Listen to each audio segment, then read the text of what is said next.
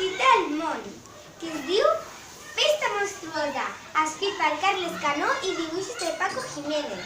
Aquesta història és molt curteta, té solament 31 pàgines.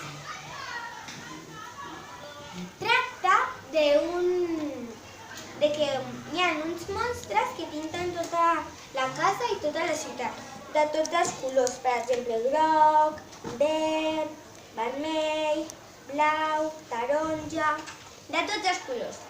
I llavors, quan s'han acabat de pintar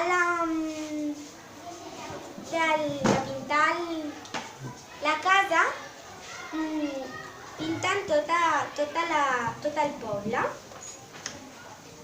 i els animals fins i tot. Perquè aquest poble és un poble que només és negre i blanc, amb tocs sangrosos de vermell. I una pàgina que és molt divertida, que surt un monstre.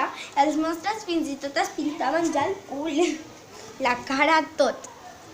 Bueno, és molt divertida, m'ha semblat molt divertit perquè com que aquí surt els monstres i surt tot molt ben explicat i té molts colors. I al final tracta de que quan els monstres arriben a casa, arriba... jo no sé dir el final. Teniu que llegir-vos el llibre, que és superdivertit. Bueno, i segueixo llegint, que m'estava quedant... M'ha quedat a la pàgina 15 i em queden encara unes quantes pàgines. Adeu!